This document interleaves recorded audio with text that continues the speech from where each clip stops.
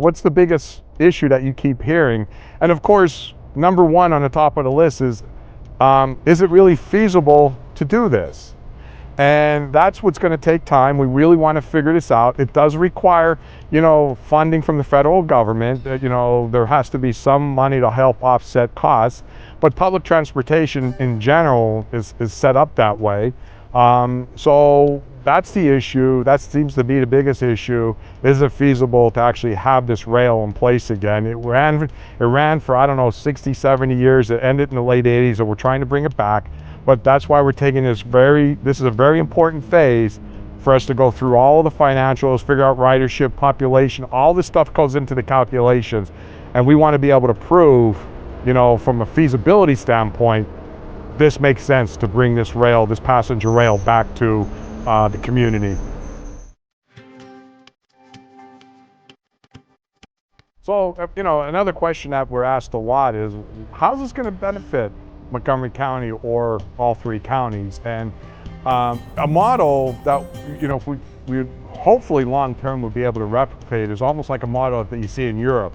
The Europe rail system, you go to Europe, there's trains, rails running everywhere, and it takes a lot of traffic off the road. There's pretty much, you could go everywhere throughout Europe using the rail system.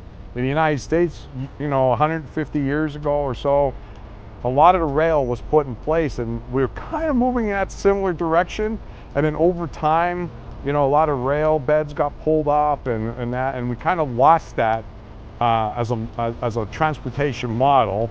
And I think, as we move forward, the goal is to make, we'll be able to demonstrate that when we get this passenger rail in place, as we come down through Berks, Montgomery County, and Chester County, the economic development that could occur, and historically that's part of the feasibility, but historically when you have these rail systems in place, the economic development around them starts to explode for a lot of positivity, a lot of business, a lot of residential units.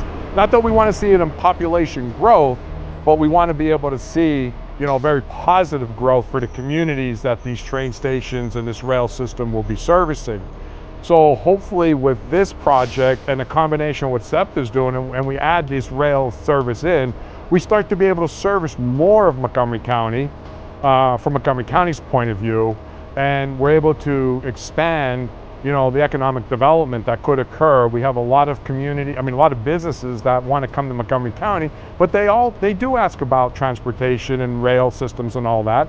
So we have a great freight system. A lot of companies get freight delivered to them that are not too far off the tracks. But now we got to be able to expand that a little bit and have to be able to move or transport people to a lot of the businesses throughout the communities. And not that, a second part of this is, being in Philadelphia, helping people that want to live in the suburbs but still work in the cities. It just gives them an opportunity to be able to get into Philadelphia without having to be dealing with 422 or the Schuylkill Expressway. But so it kind of benefits, both Philadelphia, and then it benefits, the three counties, because people are able to live and enjoy life in the suburbs but still work in the city. So it's a great benefit for everyone involved.